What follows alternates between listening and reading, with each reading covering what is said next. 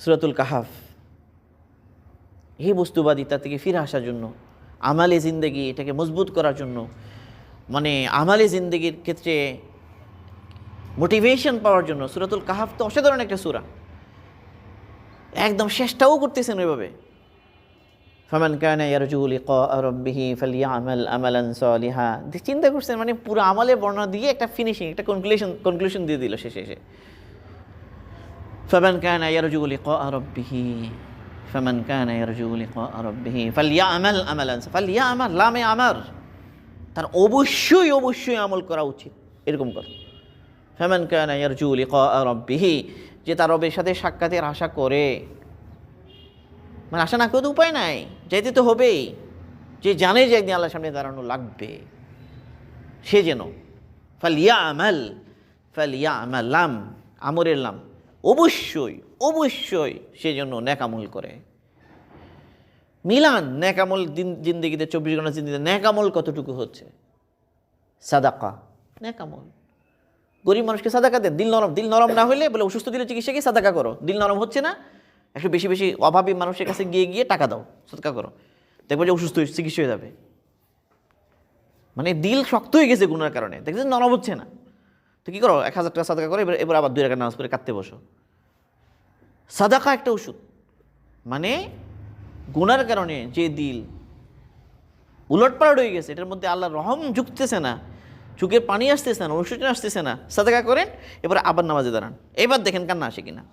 হ্যাঁ আসবে, আল্লাহর রহমত। বাবাল্লাম ইয়ারহাম লা ইউরহাম, যে দয়া করে না তাকে দয়া করা হয় না, সাথে সাথে পাবেন ফল।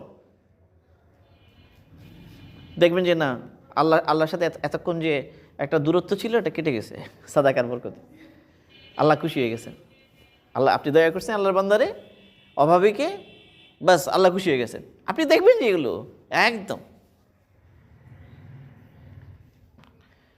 খুব সমস্যায় আছে, এরকম কাউকে বেছে নেন, তারে গিয়ে দেন কিছু টাকা পয়সা, সে খুশি হবে, আপনার জন্য দোয়া করবে। তখন আপনার দিলের যে এই যে একটা এই যে নেক কাজের একটা কি আছে, আনন্দ আছে, নেক কাজের একটা তাৎক্ষণিক একটা ফল আছে, এটা ফিল করেন, শুকর করেন, আল্লাহ তুমি তৌফিক দিয়েছো, তুমি এই আমল করার তৌফিক দিয়েছো আল্লাহ। দেখবেন যে দিলের কাইফিয়ত চেঞ্জ হয়ে গেছে, দিলের হাত আর আগের মতো নাই। এই জন্য শয়তান এ সকিকে বড়, মানে তার ব্যাপারে শয়তান বড় পেরেশান। শয়তান বলে যে আমি এর 1000 গুনাহ করাইলে কী হবে, তার সাকাওয়াতের কারণে আমার ভয় হয় যে আমি তারে যত গুনাই করি না কেন, ও যে সকি দানশীল, এটার কারণে কোন রহমত তার উপর আসতেই পারবে, আমি গুনাহ করাই লাভ কি? সাকাওয়াত, দানশীলতা,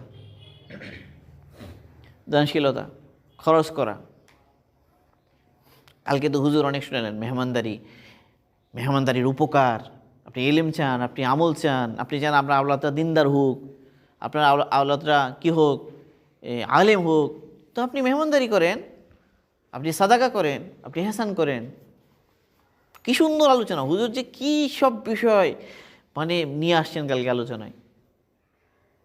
ইব্রাহিম ইসলামের কথা বললেন, যে প্রথম যিনি মেহমানদারি করতে ইব্রাহিম আলাইহিস সালাম, সেই মেহমানদারির বরকতে কীভাবে আল্লাহ তাআলা সমস্ত নবীদের বাপ বানায় দিলেন। এদিকেও সব নবীরা বনি ইসরায়েলের, এদিকেও আল্লাহ রসুল, কত সুন্দর বলছেন হুজুর এগুলো।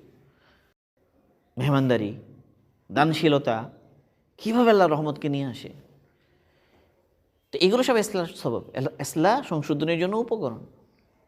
নিজের এই যে পাথর হয়ে যাওয়া দিল, এই যে ফেটে মানে চৌচির হয়ে যাওয়া গুনার কারণে, নাফরমানির কারণে, দুনিয়ার মহব্বতের কারণে, তো এটার চিকিৎসা, এটার চিকিৎসা, ওষুধ। এই জন্য রেগুলার 5 টাকা 10 টাকা সামর্থ্য সাদকা করতে দেরি না করা, প্রতিদিন করেন, অভ্যাস রাখেন, অল্প স্বল্প সবসময় সাদকা করতে থাকবো।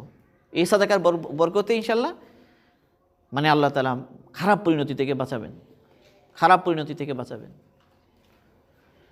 মানুষ হঠাৎ গুমরা হয়ে যেতেছে, আল্লাহ মাফ করুক, হঠাৎ কনফিউশনে পড়ে নামাজ কালাম চেয়ে দিচ্ছে, এরকম মানুষ আছে। হঠাৎ করে দিন খারাপ হয়ে যাচ্ছে, এরকম মানুষ আছে। এমন পদস্খলন, আল্লাহুম্মা ইন্নী আউযু বিকা মিন যাওয়ালি নি'মাতিক, আল্লাহ রসুল কত সুন্দর সুন্দর দোয়া দোয়া আল্লাহ রসুল করতেন। আল্লাহুম্মা ইন্নী আউযু মিন যাওয়ালি নিয়ামাতিক, নিয়ামত লোপ পাওয়া থেকে আল্লাহ আপনি আমাদেরকে বাঁচান। আপনার নিয়ামত ছিল, আপনার নিয়ামত আপনি কেড়ে নেওয়া থেকে আমাদেরকে হেফাজত করেন, হঠাৎ মুসিবত থেকে আপনি আমাদেরকে হেফাজত করেন। কত সুন্দর সুন্দর দোয়া। হালত বিগড়ে যাওয়া থেকে আপনি আমাদেরকে হেফাজত করেন।